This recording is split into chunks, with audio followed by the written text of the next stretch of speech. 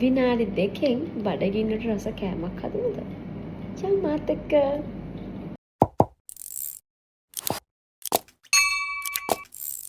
පොඩි බඩගින්නට හොඳටම බණ්ඩිය පුරවන්න අපිට ඕනේ වෙනවා පාන්.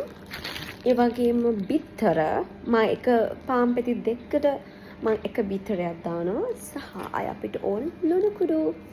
දැන් තියෙන්නේ අපිට මේ ඔක්කොම අඩුම කුඩුම අරගෙන ගිහින් මේක හදාගන්න.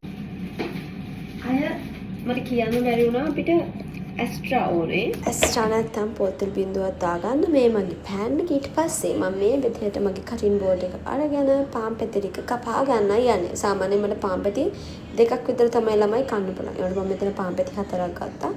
හොඳට පාන් පෙති වල වටේ කපා ගන්නවා. ඕනනම් වටේ අපිට තියාගන්නත් පුළුවන්. හැබැයි මම නම් වටේ කැපුවා. ඊට පස්සේ අපි බිත්තර දෙක මේ විදිහට කුරු කරගෙන ඊට පස්සේ බිත්තර දෙක හොඳට ලුණු කුඩු අවශ්‍ය ප්‍රමාණයට දාලා හොඳට මික්සර් හොඳින් මික්ස් කරගන්න.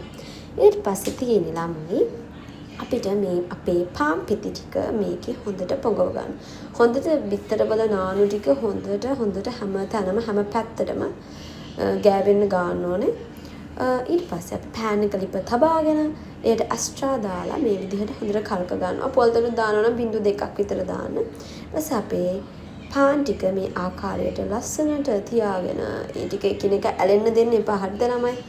ඊට පස්සේ මේ විදිහට අපිට දෙපැත්ත මාරු කරන්න තියෙන්නේ. ඒ දෙපැත්ත මාරු කරනකොට කර වෙච්ච පැත්තේ මාරම අමුතුම සුවඳක් එන එක මාම්ම සුවඳයි ළමයි. ඊට පස්සේ තියෙන්නේ අපිට හොඳට හැම පැත්තම හොඳට කර කරගෙන ඊට පස්සේ ලස්සන භාජනයකට දාලා කන්න තමයි තියෙන්නේ. කාලා බලලා මටත් කියන්න ගිහින් එන්නම් බයි.